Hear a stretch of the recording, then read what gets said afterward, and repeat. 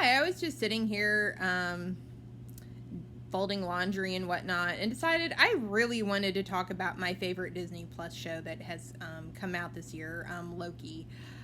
I will be discussing spoilers for the show, so you have been warned. And I will also talk about WandaVision. I also liked that show, and The Falcon and the Winter Soldier. Both of those will be discussed in two separate videos.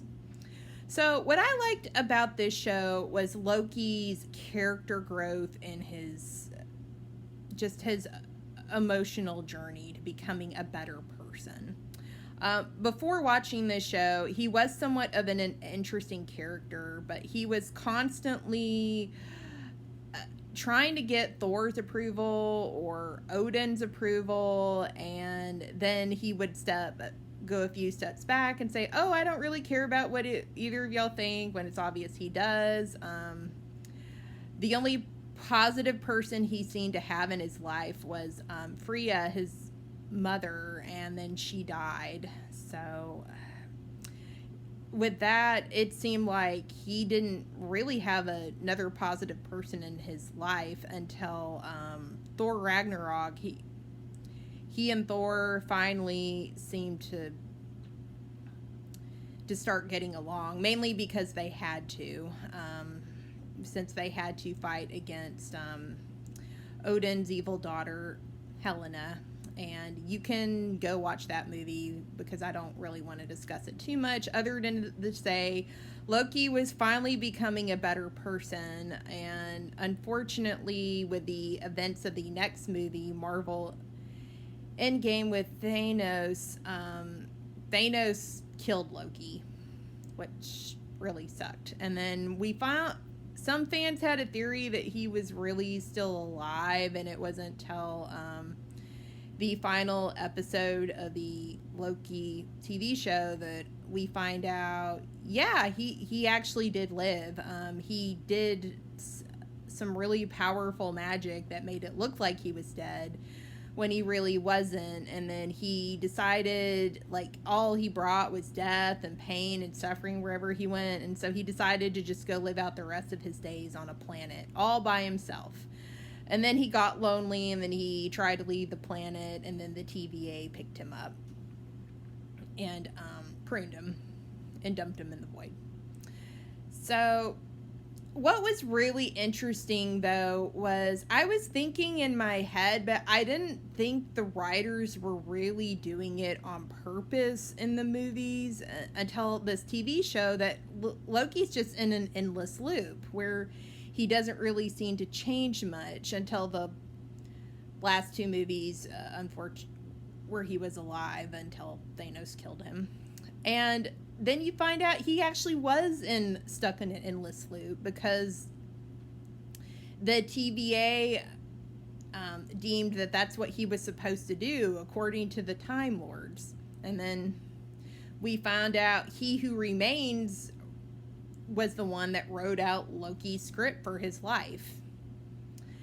And I think I really liked the final, like the 5th episode, when Loki and Sylvia went to, I think he's Kong the Conqueror. That's what I'm going to call him, because that's what he comes back as after Sylvia kills him. But he has this very long 11-minute speech about how he had to set up the TVA and the propaganda with the Time Lords and create structure, so to keep time flowing, so there weren't any big multiverse wars.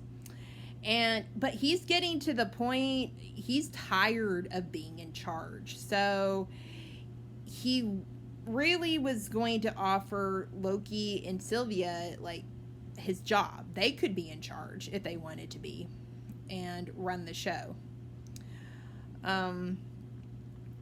And I think,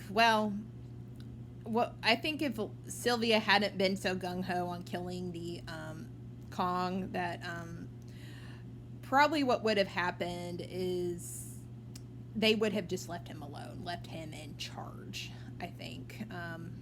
because Loki had gotten to the point he didn't really want to be in charge of anything anymore. Like, he thought he did, but he realized throughout the course of the show he just really wanted attention from someone. He just wanted somebody to notice him.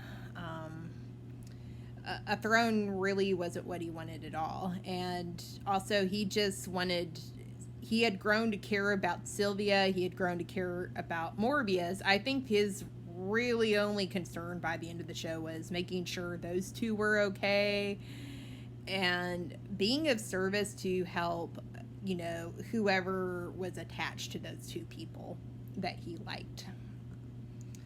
I read that everybody has, I guess, mixed reviews about him having a romantic story with Sylvia. I like it. I would prefer him with Morbius. I did feel personally like Marvel did take the easy way out a little bit by having him be with a female version of himself. But it also makes sense because Loki has always held himself in high esteem. He hasn't really ever valued anyone's thoughts or opinions as much as his own. So it does make sense for his character to fall for a female version of himself. And they also Sylvia and Loki come from similar backgrounds. Sylvia had a normal childhood in Asgard until she was kidnapped by the TVA as a child and her reality was reset. And then from then on, she, after she escaped the TVA, she grew up on the run. She was stuck in apocalypse after apocalypse. She didn't really know what normal looked like a normal society, just long term of being in one, because she was always stuck in survival mode. I think that's why she and Loki didn't really see the situation with leaving Kong in charge the same way. I mean, Sylvia asked Loki, why aren't we seeing this the same way? And I think it was because Loki was able to have granted he didn't have a perfect childhood because Odin favored Thor over him, but his mother Freya was able to teach him magic. He did have somewhat of a normal childhood. He knew what a normal, stable society looked like from being raised in Asgard until adulthood. Sylvia didn't really know that. All she knew was just survival, being stuck in, just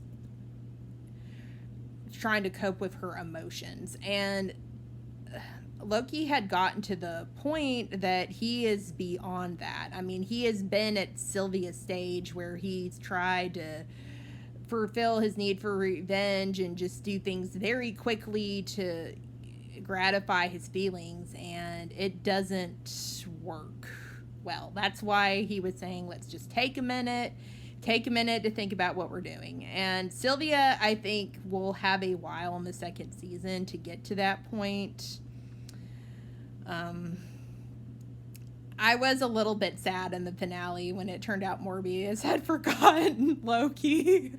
Oh, that made me sad. And you saw the look on Loki's face when he realized, like, one of the people that he cared about had betrayed him, and then the other one didn't even remember who he was. I was just thinking, oh man, he really needs a hug.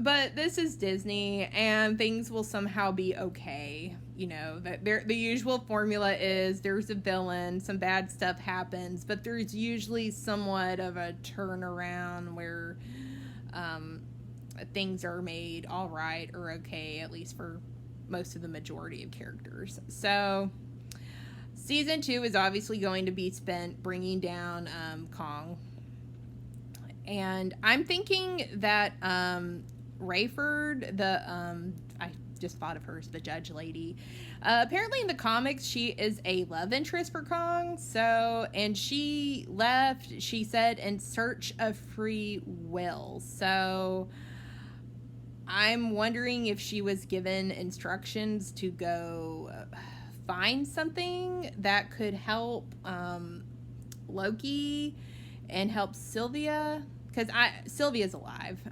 It's just a question of how will she and Loki reunite, and then there's going to be some focus on getting Morbius his memory back, and well, the lady, I think her name was B15 or whatever. I liked her character, but I would like her to have a little bit more backstory. I wanted to know more of Morbius's backstory.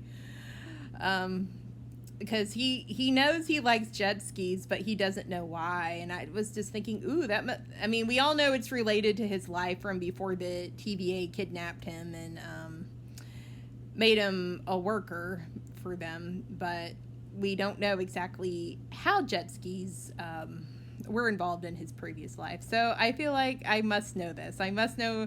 In the second season, was he a jet ski instructor? Was he a I don't know. We'll find out, because I would like a season 2 to have a scene of him being able to ride a jet ski.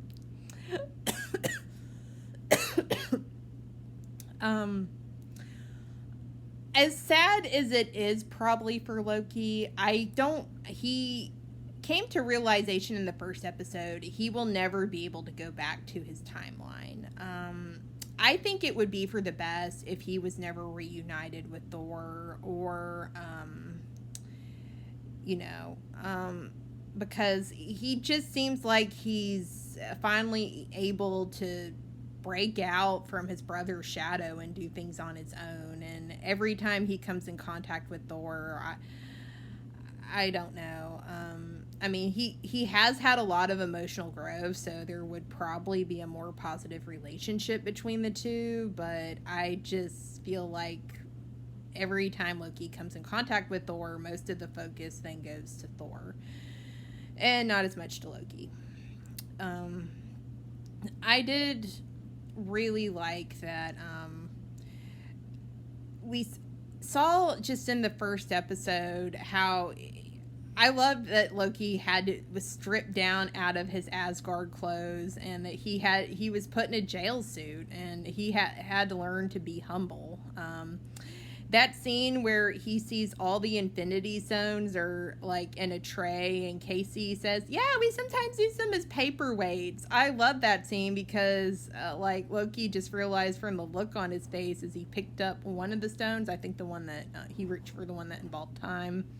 Probably because he would want to reverse time if he could. He realized, oh crap, there's a bigger fish than these stones, and he just realized that there's always going to be like a bigger power out there, and he can't, he can't compete with it, but that's okay. I will say, as much as I like the story, I wish we really could have had more episodes for this season.